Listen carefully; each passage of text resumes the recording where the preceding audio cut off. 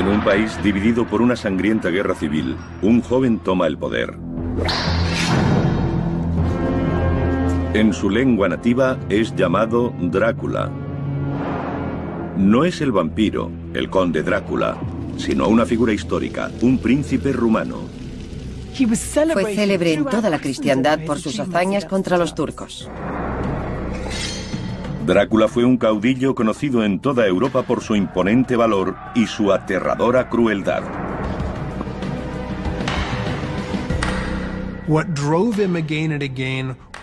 Lo que le empujaba una y otra vez era su necesidad de supervivencia, una necesidad de afirmación y el impulso de torturar.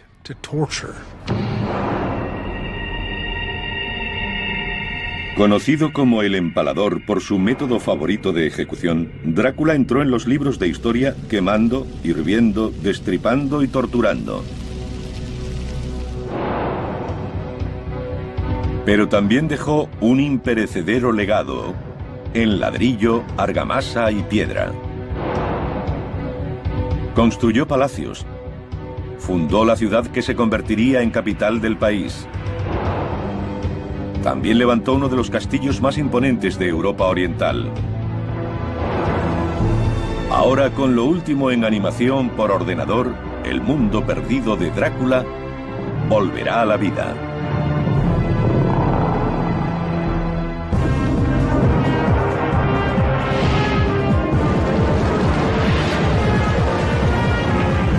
Mundos perdidos. El auténtico Drácula.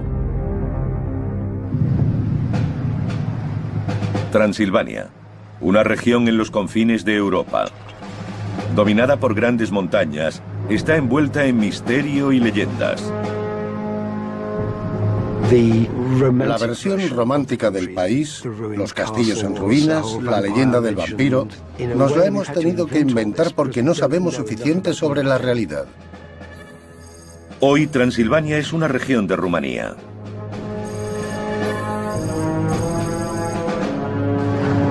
En el siglo XIX, el novelista Bram Stoker la convirtió en hogar del conde Drácula, el vampiro más famoso del mundo.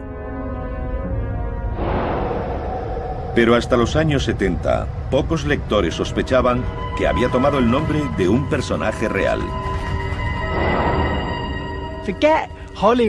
Olvidemos Hollywood. Olvidemos las historias de vampiros. Ese hombre existió de verdad. Y fue un hombre sanguinario, extremadamente cruel, pero un gran líder. El auténtico Drácula vivió en un mundo sangriento y lleno de traiciones. Pero su brutalidad destacó por encima de las atrocidades propias de su tiempo. Se cuenta que le abrió las entrañas a su propia amante embarazada. Y que acumuló 24.000 narices de los cadáveres de los enemigos derrotados. Entre los gobernantes más enfermos, retorcidos y sádicos, Vlad sobresale como un loco psicótico. Vlad Drácula es un enigma, una figura cuyos actos siguen siendo controvertidos hoy. ¿Un guerrero decidido o un loco?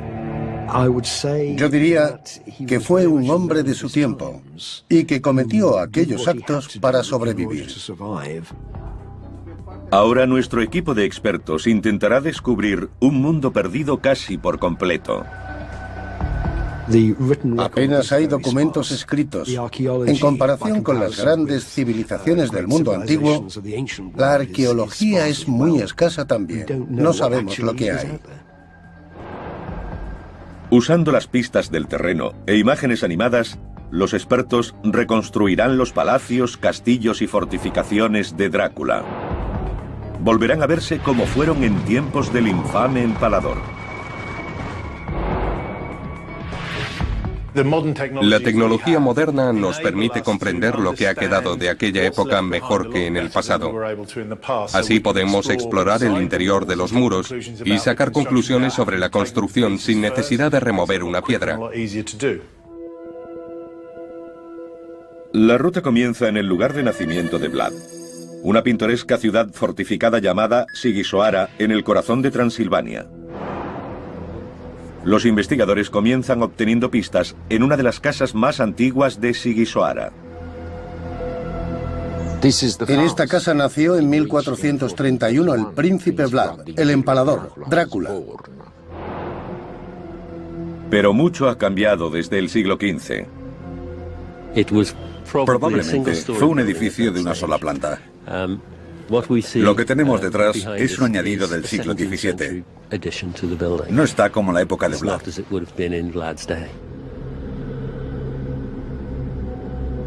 Ahora podemos ver cómo era cuando nació Drácula. Un edificio de una planta en el centro de la ciudadela. Carecería de alcantarillado, cañerías o los servicios más elementales. Pero la gruesa piedra con que fue construida proporcionó su característica más importante, la seguridad. La casa de Vlad era una de las más seguras de Transilvania. Las murallas nos dan la primera pista de las espectaculares fortificaciones que había aquí cuando nació Drácula. Esta era la muralla de la ciudad. Está salpicada de torres defensivas y detrás de nosotros tenemos una de las mejores. Los muros y las torres defensivas, llamadas bastiones, tenían hasta 3 metros de grosor. Servían para evitar que cualquier enemigo saqueara la ciudad. En la parte inferior tenemos las aberturas por las que lanzaban el aceite y el agua hirviendo sobre los atacantes de la fortaleza. Encima tenemos una saetera. Sigisoara estaba muy bien fortificada porque era una de las ciudades más ricas de Transilvania. Pero los que vivían dentro de sus murallas no eran rumanos. Eran sajones, hombres y mujeres de ascendencia germana. Los sajones pioneros habían emigrado a Transilvania en el siglo XII para hacerse mercaderes y artesanos, y gozaban de privilegios comerciales. Era una casta aparte. Los sajones estaban asociados a la codicia, representando la clase media de cualquier época. Ganaban dinero a expensas de los naturales de Valaquia. El padre de Vlad Drácula, un príncipe rumano, hizo un acuerdo comercial especial con los sajones de Sigisoara. A cambio, él y su familia podrían vivir dentro de la ciudad en la aparente seguridad de la ciudadela.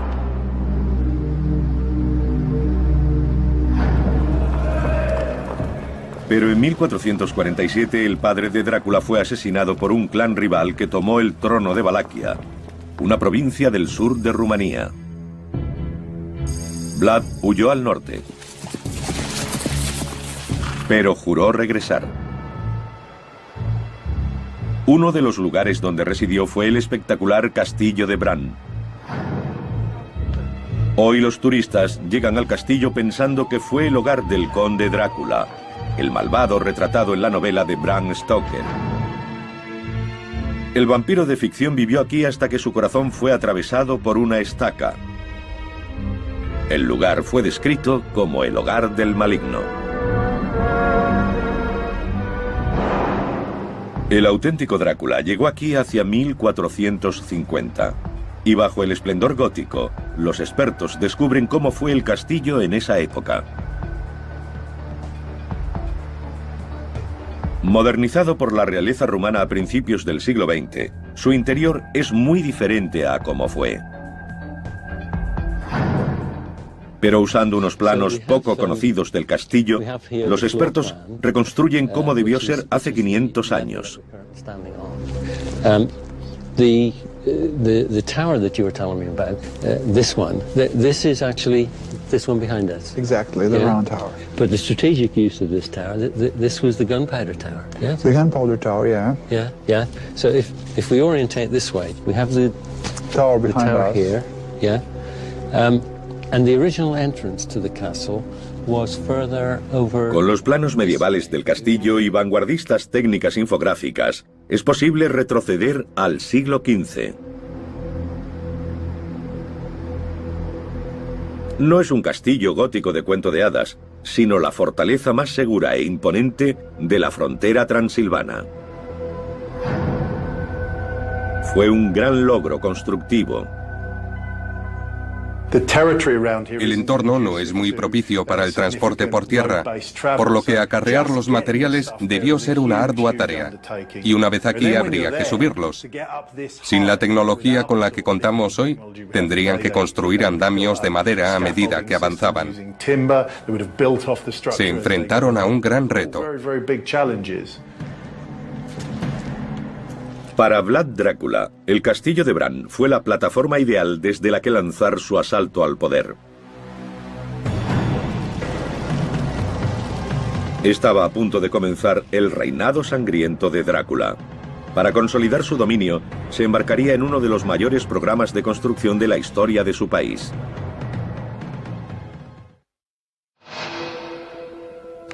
En 1456 el trono del Principado rumano de Valaquia cayó en manos de Vlad Drácula, el personaje que dio su nombre al vampiro más famoso del mundo. Un equipo de investigadores intenta desvelar ese mundo perdido. Pretenden exponer los amplios proyectos constructivos que emprendió al inicio de su reinado, cuando quiso imponer orden en un país rebelde. Vlad Drácula tenía que hacer honor a su nombre. Lo había heredado de su padre, Vlad Dracul, el antiguo gobernante de Valaquia y caballero de la Orden del Dragón. El dragón formaba parte del emblema de la familia. Draculea era el hijo de Vlad Dracul, y también hay una relación con Drácula, que significa diablo. Siguiendo la tradición, Drácula, el hijo del diablo, hace de Tergoviste su capital.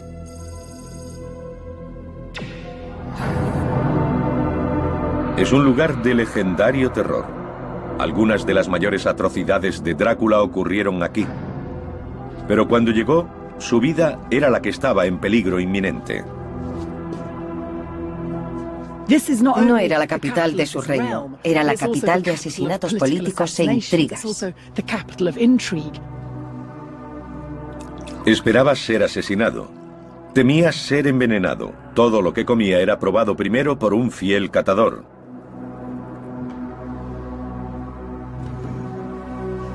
Príncipes rivales, llamados boyardos, dominaban tradicionalmente la política en Valaquia.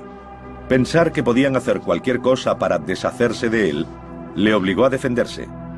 Se trataba de matar o de morir. Durante generaciones, los terratenientes de Valaquia habían cambiado constantemente su lealtad. Y para conservar el poder, Vlad debía deshacerse de los boyardos. La aversión de Vlad hacia esa aristocracia también era hondamente personal. Su padre había sido asesinado por los boyardos y él era un hombre inclinado a la venganza. Tenían una cuenta pendiente con ellos. Pero antes de que Drácula pudiera deshacerse de sus enemigos, necesitaba protección. Las actuales ruinas albergan rastros de un enorme proyecto de construcción llevado a cabo hace más de 500 años. Todo formaba parte de un astuto plan para forjar una imagen de poder, la imagen de control absoluto, la impresión de que era un gran líder, el poderoso caudillo de Valaquia. El palacio de Tergoviste empezó a construirse en tiempos del abuelo de Drácula. En época de su padre se añadió un foso defensivo de 18 metros de ancho. Pero Drácula quiso construir un complejo que superara a todo lo anterior. El gran salón se reedificó para abarcar una vasta zona de 300 metros cuadrados, y una imponente torre vigía daba a Drácula una vista panorámica de su territorio. El complejo palaciego estaba rodeado de murallas de 1,5 metros de espesor. Los enormes sótanos debajo del gran salón revelan la escala de la ambición de Vlad. Aquí tenemos un enorme espacio que se creó mediante la construcción de sótanos abovedados. Los arcos son típicos de la técnica llamada bizantina. Se construían usando un armazón o molde de madera. Los ladrillos se disponían a su alrededor. Fue una proeza que debía ser supervisada por un maestro de obras. Su vida dependía de hacerlo bien. Cuando se retiraba el armazón de madera de un arco, el maestro tenía que estar debajo y ser el primero en probar si estaba bien construido.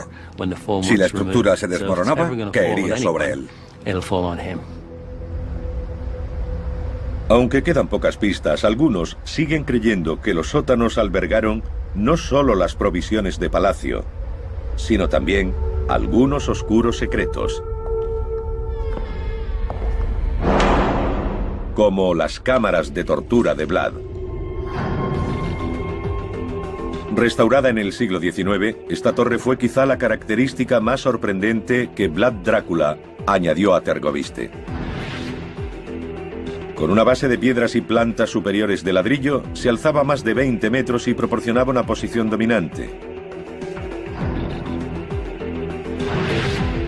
Una vez terminado, el palacio contaba con una serie de barreras defensivas. Como posición defensiva, fue una construcción bien dispuesta. Se podían ir defendiendo hacia atrás.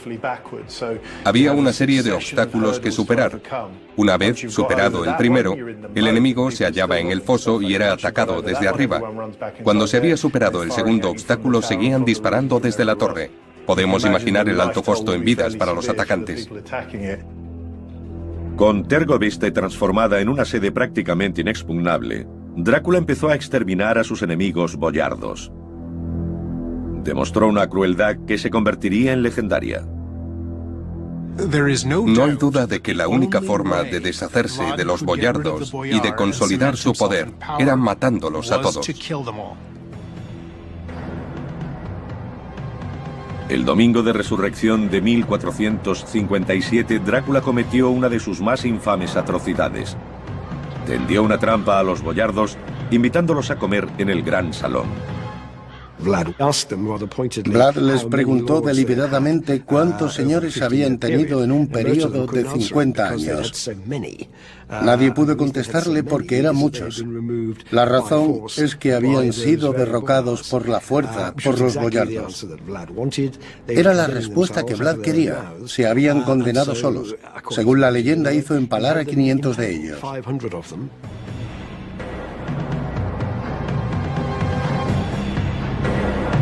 El empalamiento era un método de ejecución terrorífico. El modo más común consistía en poner al enemigo sobre la punta afilada de una estaca, atravesarlo por el ombligo o el corazón, levantarlo y dejarlo morir. Una muerte relativamente rápida. Eso era para los afortunados, porque si quería que sirvieran de ejemplo, usaba la punta roma. La engrasaban, le abrían las piernas y la insertaban por el recto. La estaca iría atravesando lentamente el cuerpo. Eso podía llevar un par de días de terrible agonía.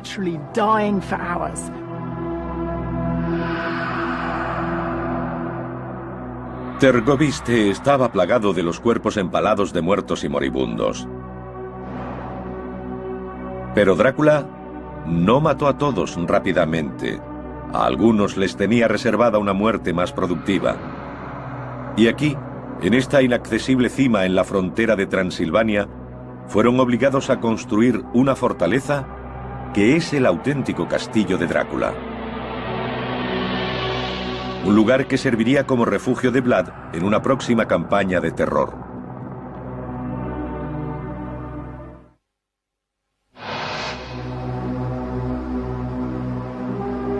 A 500 metros sobre el río Argés, en una abrupta montaña, yacen las ruinas de una antigua fortaleza llamada Castillo de Poenari. Este es el auténtico castillo de Drácula. El emplazamiento era clave. En el extremo del reino de Valaquia, El castillo también limitaba con el territorio montañoso de Transilvania. Incluso hoy sigue siendo un lugar remoto e imponente. Los investigadores deben subir los 140 escalones para llegar hasta él.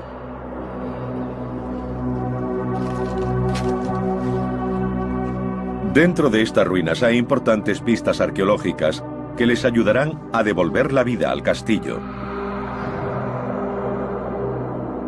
Para un príncipe con ansias de poder absoluto, era una excelente posición estratégica.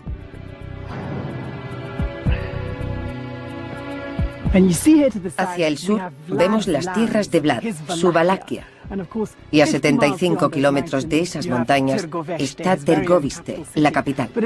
Pero de igual importancia, allí, al norte, está Transilvania, que incluía un par de fortalezas suyas. Este era el lugar idóneo desde el que tratar con los modestos sajones de Transilvania. Transilvania es hogar de ricos comerciantes sajones cuyos contubernios amenazan el poder de Vlad Drácula. Debe actuar con rapidez para construir el castillo, por lo que recurre a técnicas poco convencionales y a mano de obra forzada.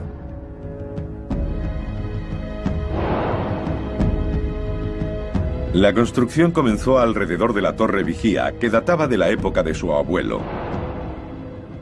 Pero Vlad concibió algo más grande.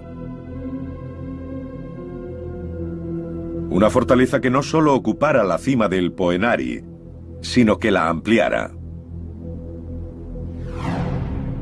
Las pistas de su ejecución están presentes en los muros en ruinas que siguen rodeando el castillo.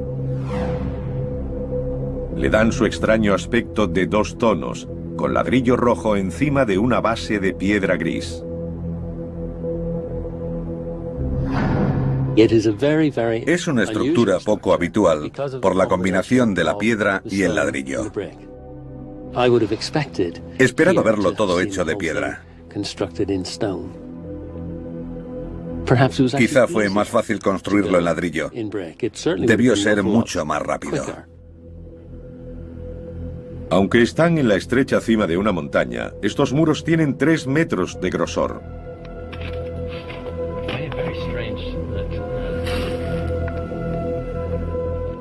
Se logró usando el método de construcción bizantino. El estilo bizantino consistía en construir 2 paredes de ladrillo y rellenar el espacio intermedio con piedras. La combinación del muro externo, el núcleo y el interno la convertían en una estructura muy sólida. Lo que mantiene unidos los muros fue también el secreto de la supervivencia del castillo en una zona sísmica. Usaron mortero de cal. Este es el aspecto que tiene la cal aplicada. Parece una crema muy espesa. Pero por ser cal, no compacta totalmente, permite cierta flexibilidad. Permite que los muros se muevan, lo que resulta muy útil en caso de terremoto. No hay grietas ni daños, que es lo que habría de haber usado cemento.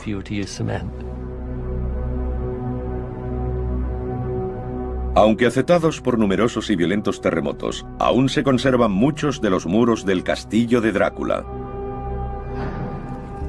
Fueron construidos con mano de obra forzada, nobles librados del empalamiento durante la matanza del Domingo de Resurrección en Tergoviste. Obligados a marchar hasta Poenari, iban a sufrir una agonía más lenta y prolongada. Las crónicas de Valaquia dicen que aquellos hombres y mujeres trabajaban muy duro hasta quedarse sin ropa. Estaban prácticamente desnudos. Pero el castillo no fue levantado solo por esclavos. Una ingeniosa característica demuestra que también intervinieron expertos maestros.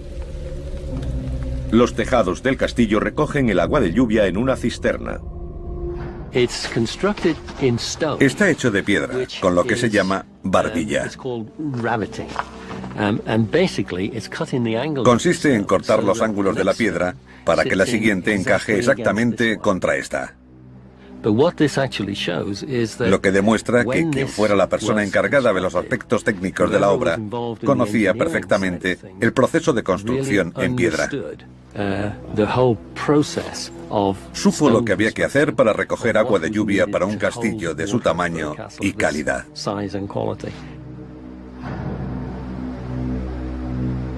Todo lo necesario para construir el castillo de Drácula estaba disponible en el valle fluvial inferior.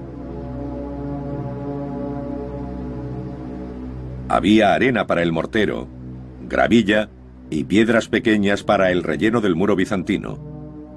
También había grandes piedras que formaron la base del castillo. Incluso los ladrillos se hicieron aquí. Este fue el espectacular resultado. Una vez terminado, el castillo abarcaba toda la cima, cubriendo casi 50 metros de longitud. Un nido de águilas. El castillo de Drácula ofrecía una excelente seguridad y el control de un paso estratégico entre las montañas. Pero al otro lado de la frontera, en Transilvania, los problemáticos comerciantes sajones tramaban una conspiración contra él. Para proteger sus beneficios, apoyaron a un rival que pretendía el trono de Vlad.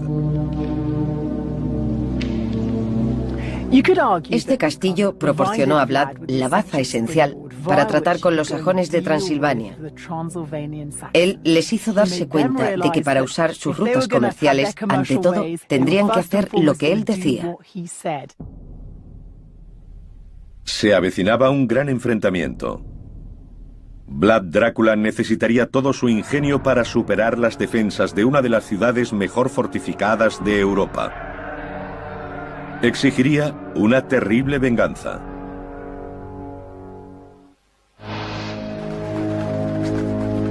Las crónicas germanas dicen que en 1459 el príncipe rumano Vlad Drácula se embarcó en una campaña de terror. Fue tan salvaje que nadie olvidaría nunca su nombre.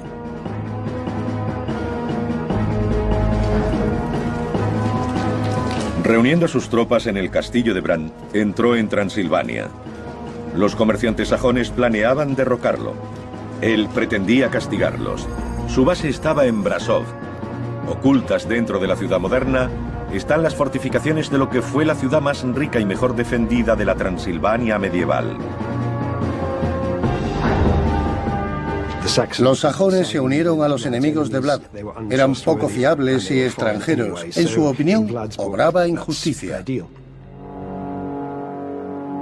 Hoy la pintoresca ciudad ofrece pocas pistas de los sangrientos acontecimientos que se desarrollaron hace 5 siglos y medio. El ataque de Vlad sobre Brasov no fue fácil. Las defensas de la ciudad eran formidables. Un enorme muro de casi 5 metros de grosor en algunos lugares rodeaba toda la ciudad sajona. Había bastiones a intervalos regulares. De este se encargaba el gremio de tejedores. Esta es una de las fortificaciones más importantes que ha sobrevivido, casi intacta. En cuanto a la arquitectura y la forma, es extremadamente importante para el entendimiento de los sistemas defensivos de principios del siglo XV.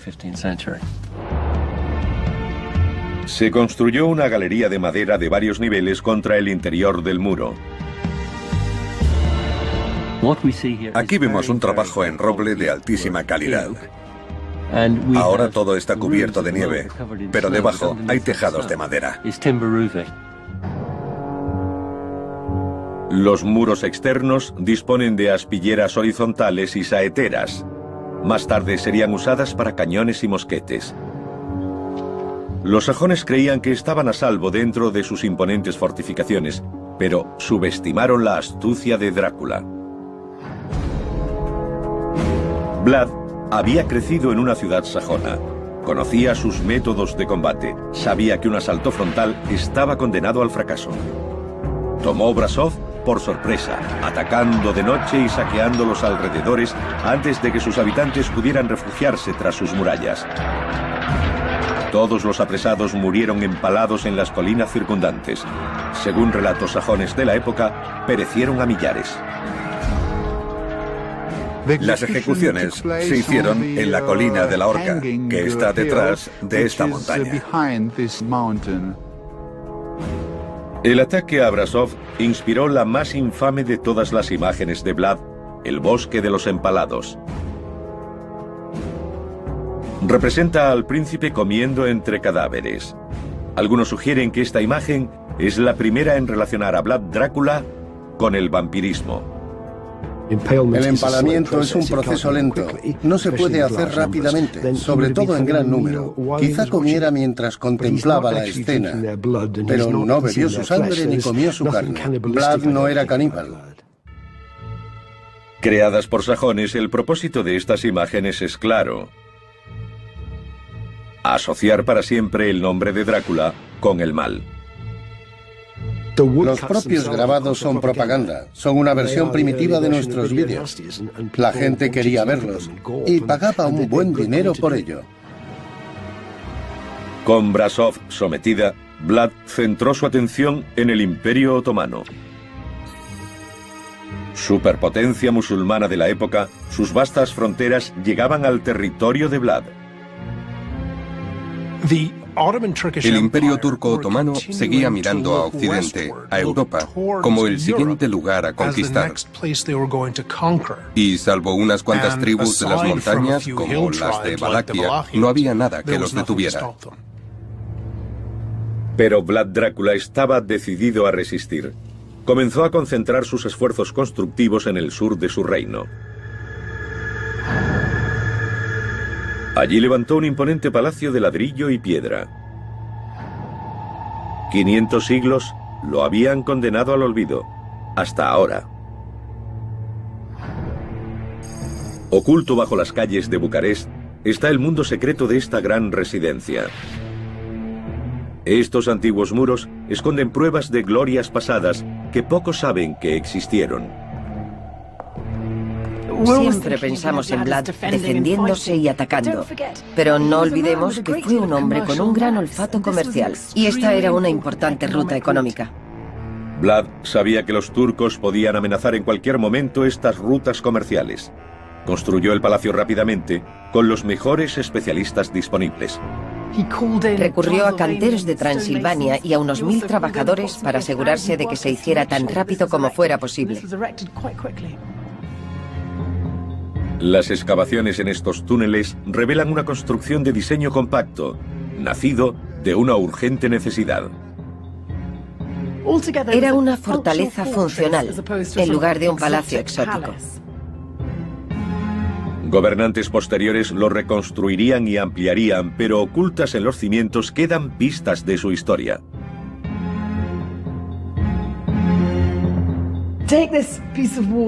Veamos este trozo de muro. En medio tenemos ladrillos que datan de tiempos de Vlad. A ambos lados hay ladrillos que se han añadido en épocas posteriores. Es fascinante porque hay pruebas arqueológicas de los siglos XIV, XV, XVI, XVII, XVIII y XIX.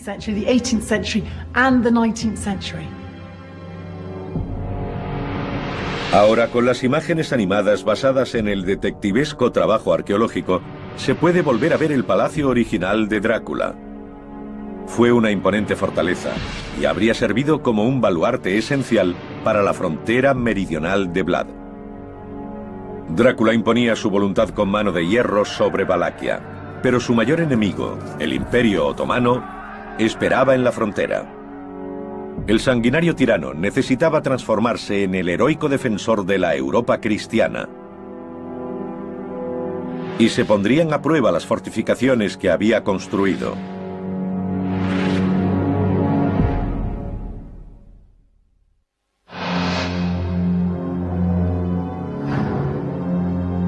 Con su país defendido por una serie de palacios fortificados, Vlad Drácula, príncipe de Valaquia, comenzó a planear la guerra. Recibió a una delegación otomana entre los gruesos muros de su palacio de Tergoviste. Los ejércitos conquistadores turcos habían alcanzado sus fronteras y ahora amenazaban la Europa cristiana.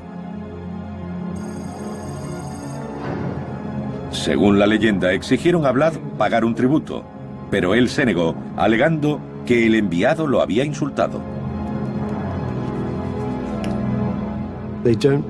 No se quitaron los turbantes. Vlad les preguntó por qué se mostraban tan insultantes. Ellos dijeron que tenían por costumbre no quitárselos. Ordenó que no pudieran hacerlo nunca clavándoselos en la cabeza.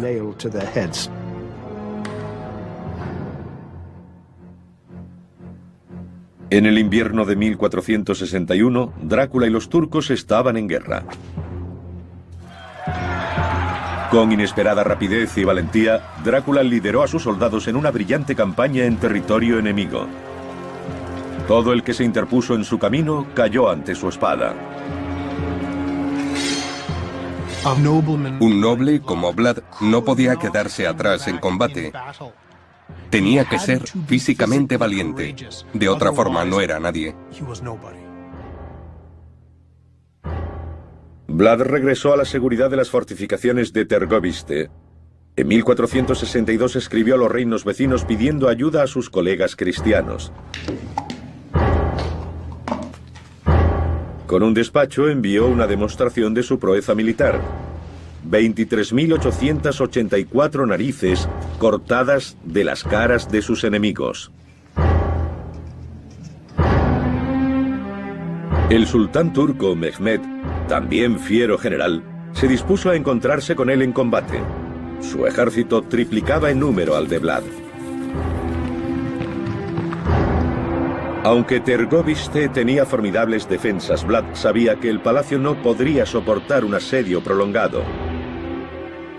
El modo de superar posiciones defensivas como esa era a través de la intriga, pagando a alguien para que abriera las puertas, o sitiándolo hasta la inanición. Son una buena respuesta si todo lo que temes es que alguien llame a tu puerta durante unas pocas semanas, pero ya no es tan bueno estar escondidos aquí 3 años. Vlad se ve obligado a cambiar de táctica y sale al encuentro. Mehmed era un maestro de la guerra psicológica, pero se encontró con un soldado más potente psicológicamente hablando. Vlad usó despiadadas tácticas de guerra de guerrillas. Permaneció en los frondosos bosques rumanos, saliendo para atacar rápida y brutalmente, desapareciendo después. Para Vlad era como ser un gran tiburón. Si te quedas quieto, mueres. Los turcos avanzaban y Vlad usó todas las tácticas concebibles para minar su moral. Atacó por la noche, envenenó sus pozos, quemó sus cosechas, incluso pagó a enfermos para infiltrarse en las filas turcas y contagiarles infecciones. La campaña de terror psicológico de Vlad llegó a su clímax ante las murallas de Tergoviste. Cuando abandonó su palacio, dejó atrás una visión que perseguiría al sultán el resto de su vida. Dio lugar al apodo turco de Vlad. Le llamaron Casikli Bey, el señor empalador. Mehmed, que era un hombre terriblemente cruel, se dio la vuelta.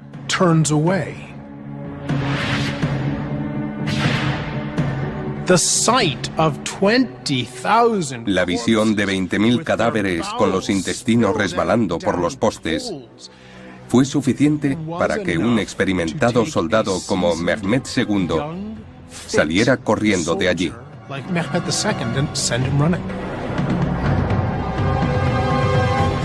El traumatizado sultán regresó a su país dejando que otros lucharan con Drácula. Le hicieron replegarse. Se vio obligado a retroceder a su santuario de Poenari, el castillo de Drácula. La posición y defensas del castillo imposibilitaban un ataque frontal. Pero la vida resultaba insoportable para los que estaban atrapados en su interior. Aterrorizada por la idea de ser torturada hasta la muerte por los turcos, la esposa de Drácula se arrojó desde las almenas. Su cuerpo cayó al río. Aún hoy es llamado el Río de la Princesa. Pero Vlad no se rindió. Pudo salir y vivir para seguir combatiendo. En el pueblo de Arefu, a pocos kilómetros del castillo, los expertos descubrieron una pieza de folclore relacionada con la audaz fuga de Drácula. Stimați oaspeți, cu permisiunea dumneavoastră, crede că tu ești... Los lugareños se enorgullecen de haber ayudado a dar forma a la historia. Ayudaron a engañar a los turcos. Desarrollaron un plan gracias al cual quitaron las herraduras a los caballos y se las volvieron a poner al revés. Después hicieron que Vlad condujera a los caballos en la oscuridad de la noche. Cuando los turcos vieron las huellas, pensaron que había entrado en el castillo, pero había abandonado el castillo sin ellos saberlo.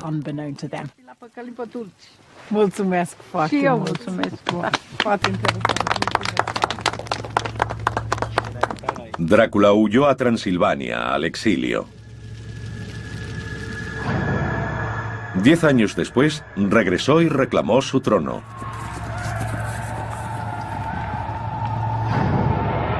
Volvió a su palacio de Bucarest y comenzó a preparar las defensas para rechazar una invasión turca. Pero su reinado terminó antes de empezar. La muerte de Vlad está rodeada de misterio. Es casi seguro que murió en combate, pero no sabemos si fue en el fragor de la batalla o si cayó asesinado. Personalmente, creo en el asesinato. El folclore local dice que fue enterrado aquí, en la bella isla monasterio de Snagov. En su día rodeado de murallas de piedra, el monasterio fue usado posteriormente como prisión. Los traidores de alto rango eran traídos aquí y dicen que la isla está plagada de huesos humanos. Hoy el monasterio es un lugar de peregrinación para los fans de Drácula. Se dice que su cuerpo yace en una tumba en el altar, pero que su cabeza fue cortada y enviada al sultán como prueba de su muerte.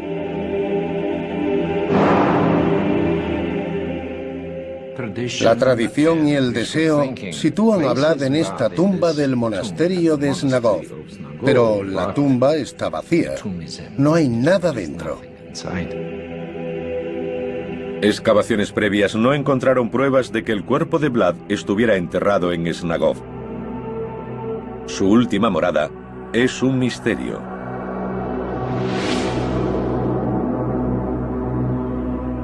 En Rumanía, hoy Vlad Drácula sigue siendo un héroe nacional a pesar de su brutalidad. Vlad es el héroe del caballo blanco. Los rumanos le ven así. Fue un luchador por la libertad, un nacionalista, el hombre del pueblo. Drácula fue el último gran constructor de una Valaquia independiente. Poco después de su muerte, los turcos tomaron el país. Quedó prohibido construir fortificaciones. Pero los castillos de Drácula permanecen como un recuerdo de un pasado glorioso y libre. El Palacio Real de Tergoviste, que él rediseñó por completo. Los cimientos de Bucarest y su castillo. Y el inaccesible refugio de Poenari, el auténtico castillo de Drácula. Cada uno símbolo de la huella indeleble que Vlad Drácula dejó en su país. No solo en las ruinas de sus otrora grandes palacios, sino también en el recuerdo de sus gentes.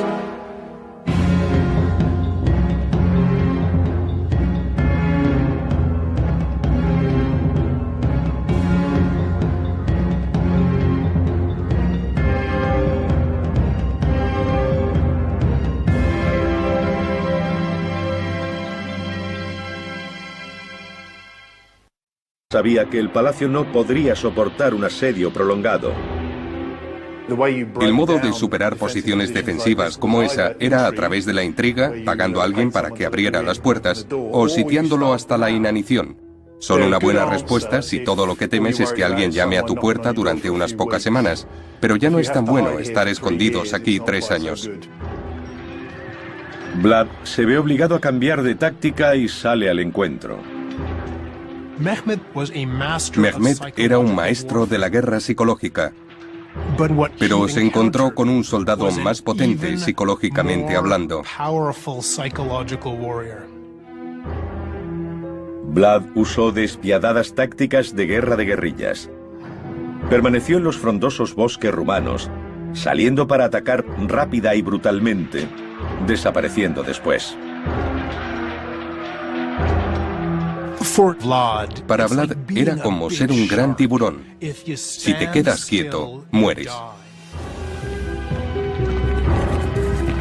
Los turcos avanzaban y Vlad usó todas las tácticas concebibles para minar su moral.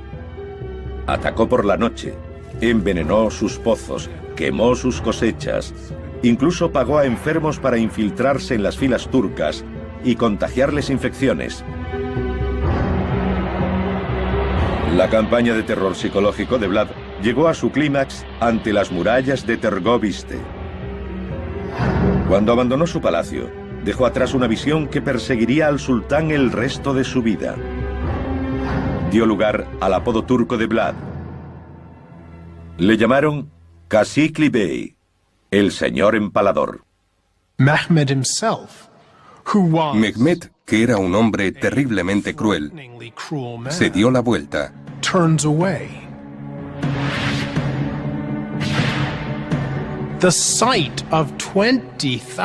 La visión de 20.000 cadáveres con los intestinos resbalando por los postes fue suficiente para que un experimentado soldado como Mehmed II saliera corriendo de allí.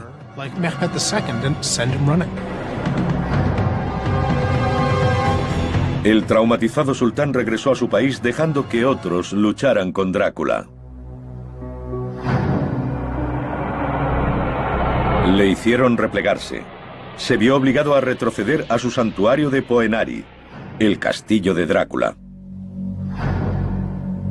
La posición y defensas del castillo imposibilitaban un ataque frontal. Pero la vida resultaba insoportable para los que estaban atrapados en su interior.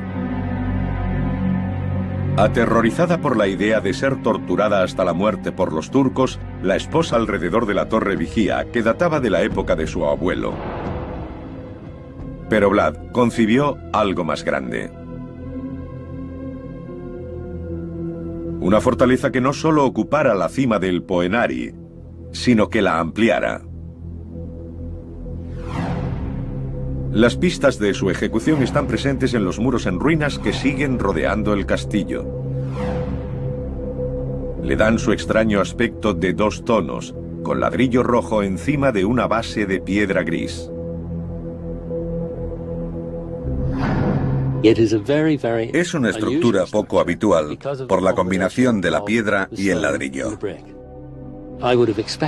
Esperaba verlo todo hecho de piedra. Quizá fue más fácil construirlo en ladrillo. Debió ser mucho más rápido.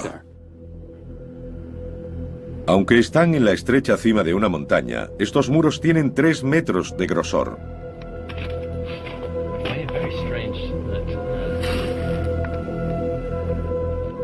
Se logró usando el método de construcción bizantino. El estilo bizantino consistía en construir 2 paredes de ladrillo y rellenar el espacio intermedio con piedras.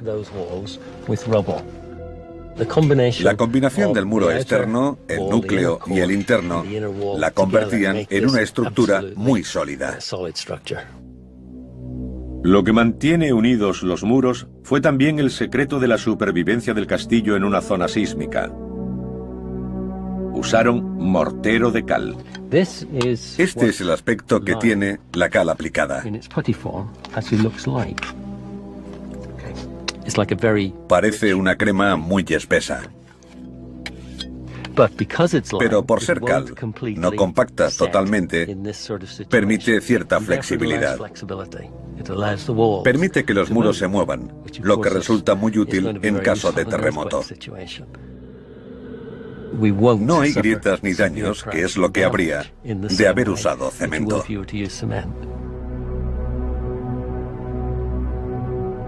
Aunque afectados por numerosos y violentos terremotos, aún se conservan muchos de los muros del castillo de Drácula. Fueron construidos con mano de obra forzada, nobles librados del empalamiento durante la matanza del Domingo de Resurrección en Tergoviste. Obligados a marchar hasta Poenari, iban a sufrir una agonía más lenta y prolongada. Las crónicas de Valaquia dicen que aquellos hombres y mujeres trabajaban muy duro hasta quedarse sin ropa. Estaban prácticamente desnudos. Pero pretenden exponer los amplios proyectos constructivos que emprendió al inicio de su reinado, cuando quiso imponer orden en un país rebelde. Vlad Drácula tenía que hacer honor a su nombre. Lo había heredado de su padre, Vlad Dracul, el antiguo gobernante de Valaquia y caballero de la Orden del Dragón. El dragón formaba parte del emblema de la familia. Draculea era el hijo de Vlad Dracul. Y también hay una relación con Drácula, que significa diablo. Siguiendo la tradición, Drácula, el hijo del diablo, hace de Tergoviste su capital.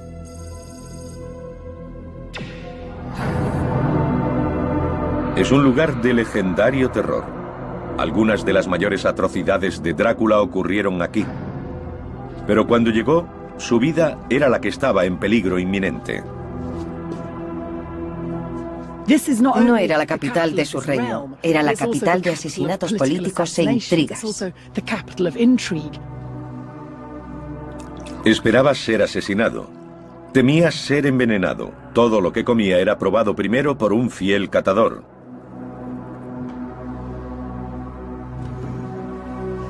Príncipes rivales, llamados boyardos, dominaban tradicionalmente la política en Valaquia. Pensar que podían hacer cualquier cosa para deshacerse de él le obligó a defenderse. Se trataba de matar o de morir. Durante generaciones, los terratenientes de Valaquia habían cambiado constantemente su lealtad. Y para conservar el poder, Vlad debía deshacerse de los boyardos. La aversión de Vlad hacia esa aristocracia también era hondamente personal. Su padre había sido asesinado por los boyardos y él era un hombre inclinado a la venganza. Tenían una cuenta pendiente con ellos. Pero antes de que Drácula pudiera deshacerse de sus enemigos, necesitaba protección. Las actuales ruinas albergan rastros de un enorme proyecto de construcción llevado a cabo hace más de 500 años. Todo formaba parte de un astuto plan para forjar una imagen de poder, la imagen de control absoluto, la impresión de que era un gran líder, el poderoso caudillo de Valaquia. El palacio de Tergoviste empezó a construirse en tiempos del abuelo de Drácula. En época de su padre se añadió un foso defensivo de 18 metros de ancho. Pero Drácula quiso construir un complejo que superara a todo lo anterior. Era la respuesta que Vlad quería. Se habían condenado solos. Según la leyenda, hizo empalar a 500 de ellos.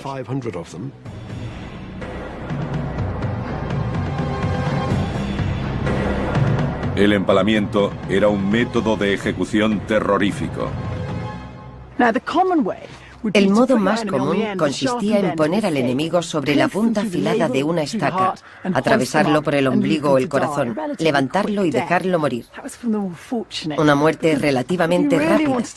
Eso era para los afortunados, porque si quería que sirvieran de ejemplo, usaba la punta roma. La engrasaban, le abrían las piernas y la insertaban por el recto. La estaca iría atravesando lentamente el cuerpo. Eso podía llevar un par de días de terrible agonía.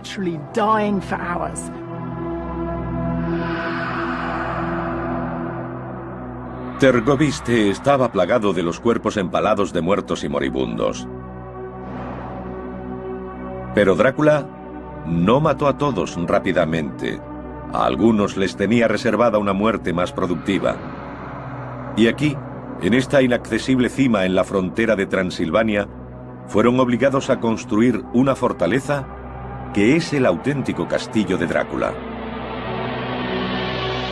Un lugar que serviría como refugio de Vlad en una próxima campaña de terror.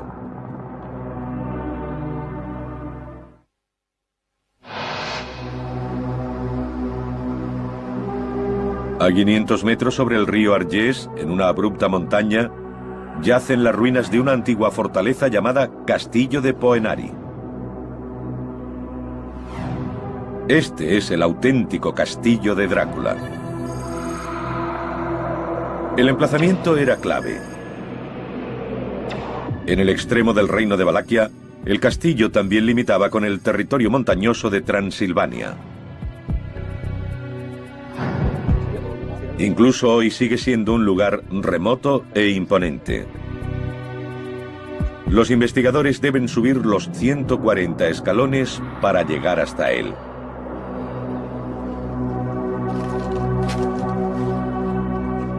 Dentro de estas ruinas hay importantes pistas arqueológicas que les ayudarán a devolver la vida al castillo. Para un príncipe con ansias de poder absoluto, era una excelente posición estratégica.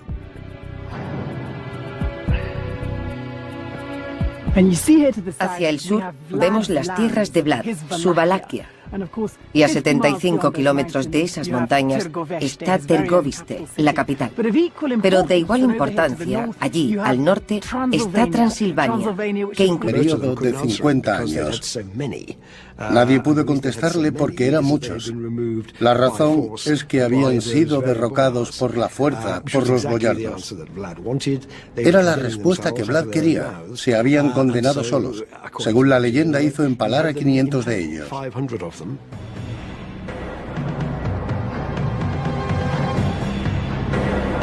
El empalamiento era un método de ejecución terrorífico.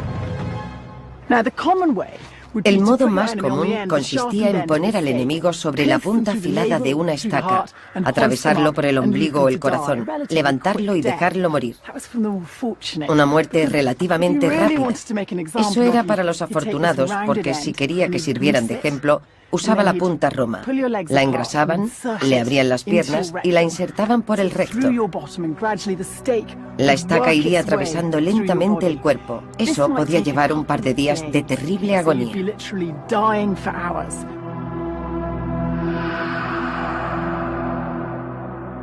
Tergoviste estaba plagado de los cuerpos empalados de muertos y moribundos.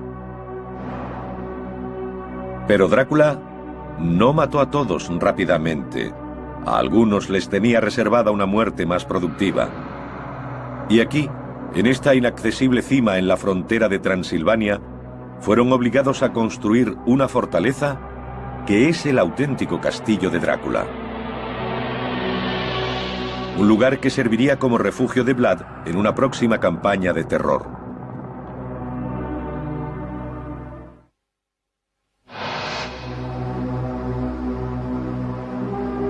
A 500 metros sobre el río Argés, en una abrupta montaña, yacen las ruinas de una antigua fortaleza llamada Castillo de Poenari.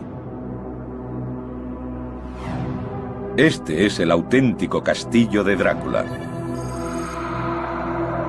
El emplazamiento era clave. En el extremo del reino de Valaquia, el castillo también limitaba con el territorio montañoso de Transilvania. Incluso hoy sigue siendo un lugar remoto e imponente. Los investigadores deben subir los 140 escalones para llegar hasta él.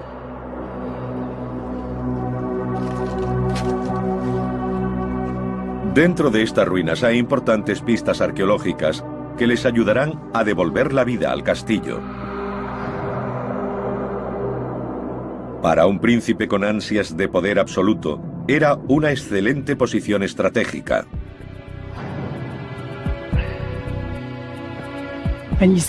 Hacia el sur vemos las tierras de Vlad, su Valaquia. Para los que estaban atrapados en su interior. Aterrorizada por la idea de ser torturada hasta la muerte por los turcos, la esposa de Drácula se arrojó desde las almenas. Su cuerpo cayó al río. Aún hoy es llamado el Río de la Princesa.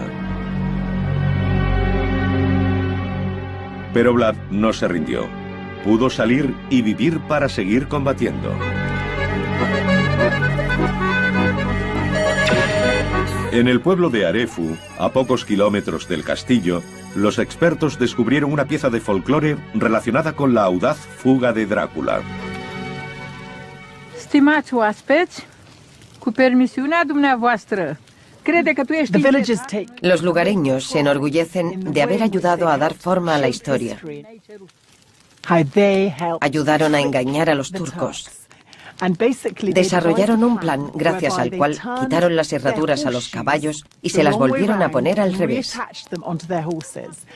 Después hicieron que Vlad condujera a los caballos en la oscuridad de la noche. Cuando los turcos vieron las huellas, pensaron que había entrado en el castillo, pero había abandonado el castillo sin ellos saberlo.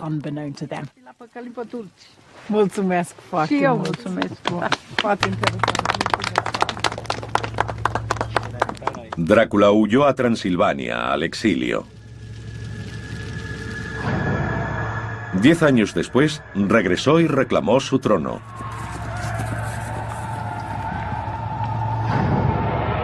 Volvió a su palacio de Bucarest y comenzó a preparar las defensas para rechazar una invasión turca.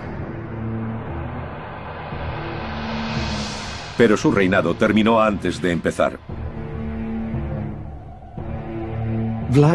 La muerte de Vlad está rodeada de misterio. Es casi seguro que murió en combate, pero no sabemos si fue en el fragor de la batalla o si cayó asesinado. Personalmente, creo en el asesinato. El folclore local dice que fue enterrado aquí, en la bella isla monasterio de Snagov.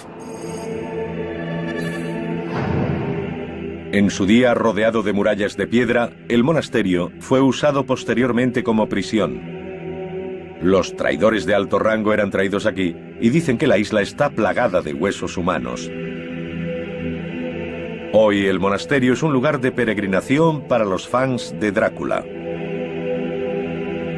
Se dice que su cuerpo yace en una tumba en el altar, pero que su cabeza fue cortada y enviada al sultán como prueba de su muerte.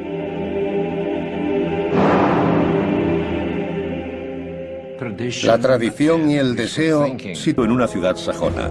Conocía sus métodos de combate. Sabía que un asalto frontal estaba condenado al fracaso. Tomó Brasov por sorpresa, atacando de noche y saqueando los alrededores antes de que sus habitantes pudieran refugiarse tras sus murallas. Todos los apresados murieron empalados en las colinas circundantes. Según relatos sajones de la época, perecieron a millares. Las ejecuciones se hicieron en la colina de la Horca, que está detrás de esta montaña. El ataque a Brasov inspiró la más infame de todas las imágenes de Vlad, el bosque de los empalados. Representa al príncipe comiendo entre cadáveres. Algunos sugieren que esta imagen es la primera en relacionar a Vlad Drácula con el vampirismo. El empalamiento es un proceso lento. No se puede hacer rápidamente, sobre todo en gran número. Quizá comiera mientras contemplaba la escena, pero no bebió su sangre ni comió su carne. Vlad no era caníbal. Creadas por sajones, el propósito de estas imágenes es claro: asociar para siempre el nombre de Drácula con el mal. Los propios grabados son propaganda, son una versión primitiva de nuestros vídeos. La gente quería verlos y pagaba un buen dinero por ello. Con Brasov sometida, Vlad centró su atención en el Imperio Otomano. Superpotencia musulmana de la época, sus vastas fronteras llegaban al territorio de Vlad. El Imperio Turco Otomano seguía mirando a Occidente, a Europa, como el siguiente lugar a conquistar. Y salvo unas cuantas tribus de las montañas, como las de Valaquia, no había nada que los detuviera. Pero Vlad Drácula estaba decidido a resistir. Comenzó a concentrar sus esfuerzos constructivos en el sur de su reino. Allí levantó un imponente palacio de ladrillo y piedra. 500 siglos lo habían condenado al olvido, hasta ahora. Oculto bajo las calles de Bucarest está el mundo secreto de esta gran residencia. Estos antiguos muros esconden pruebas de glorias pasadas que pocos saben que existieron. Siempre pensamos en Vlad defendiéndose y atacando, pero no olvidemos que fue un hombre con un gran olfato comercial, y esta era una importante ruta económica. Vlad sabía que los turcos podían amenazar en cualquier momento estas rutas comerciales. Construyó el palacio rápidamente, con los mejores. Los sajones pioneros habían emigrado a Transilvania en el siglo XII para hacerse mercaderes y artesanos, y gozaban de privilegios comerciales. Era una casta aparte. Los sajones estaban asociados a la codicia, representando la clase media de cualquier época. Ganaban dinero a expensas de los naturales de Valaquia. El padre de Vlad Drácula, un príncipe rumano, hizo un acuerdo comercial especial con los sajones de Sigisoara. A cambio, él y su familia podrían vivir dentro de la ciudad en la aparente seguridad de la ciudadela.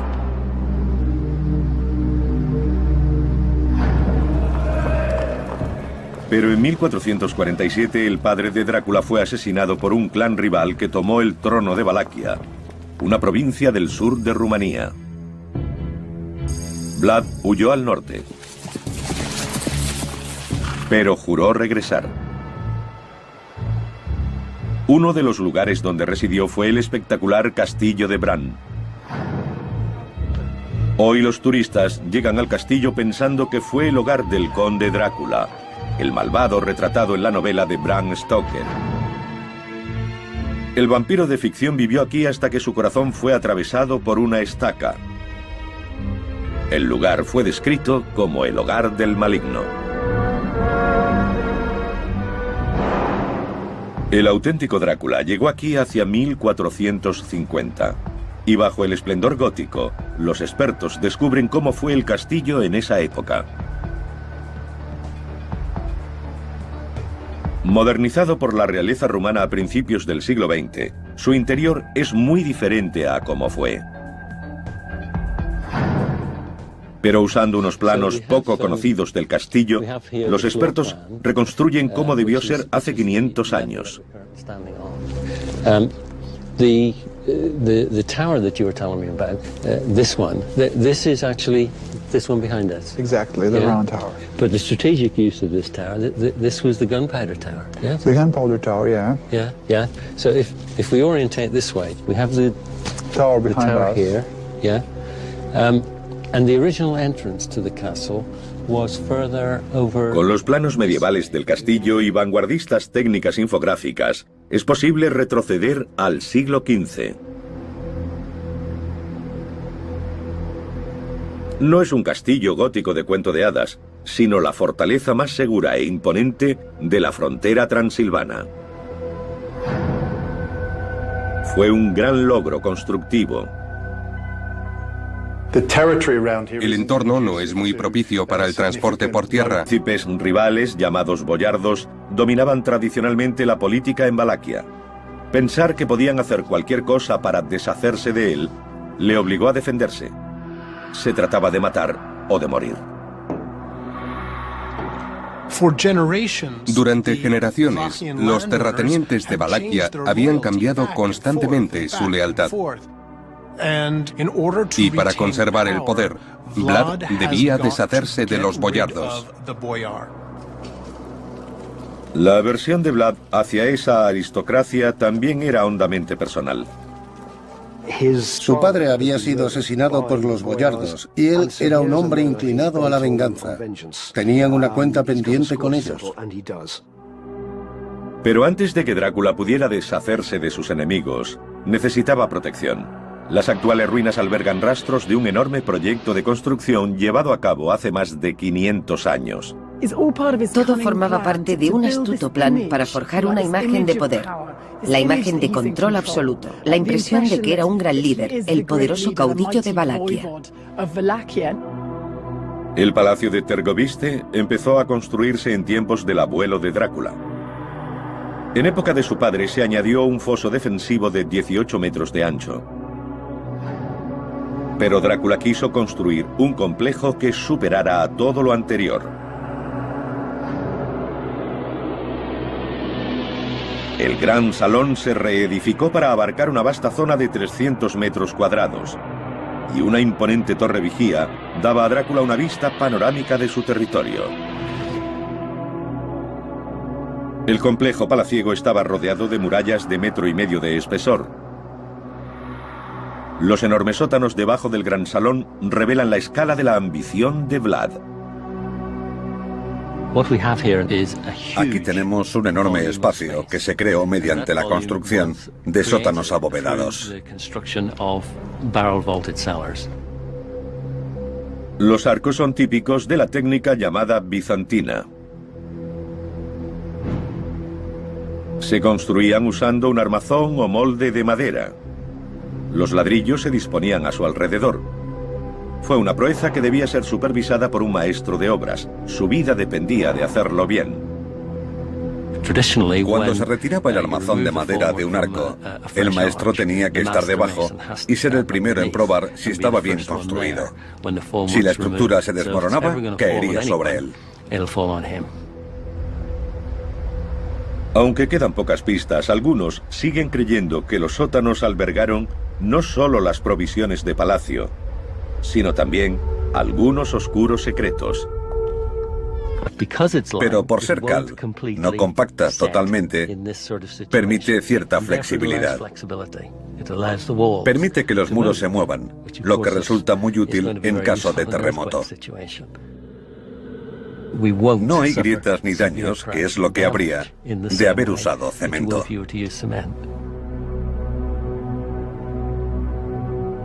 Aunque afectados por numerosos y violentos terremotos, aún se conservan muchos de los muros del castillo de Drácula.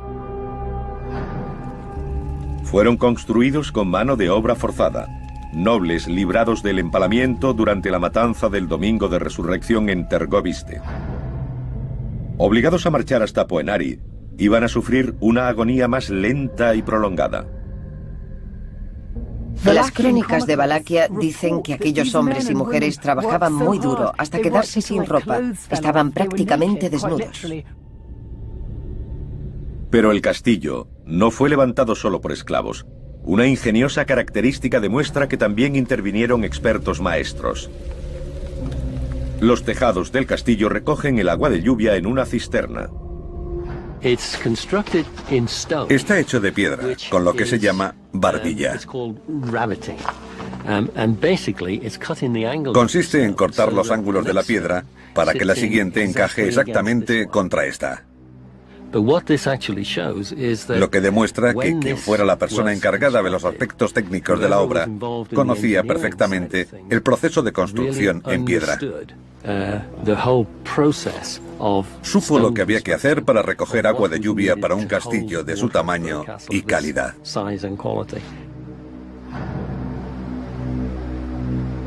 Todo lo necesario para construir el castillo de Drácula estaba disponible en el valle fluvial inferior. Había arena para el mortero, gravilla y piedras pequeñas para el relleno del muro bizantino. También había grandes piedras que formaron la base del castillo. Incluso los ladrillos se hicieron aquí. Este fue el espectacular resultado. Una vez terminado, el castillo abarcaba toda la cima, cubriendo casi 50 metros de longitud.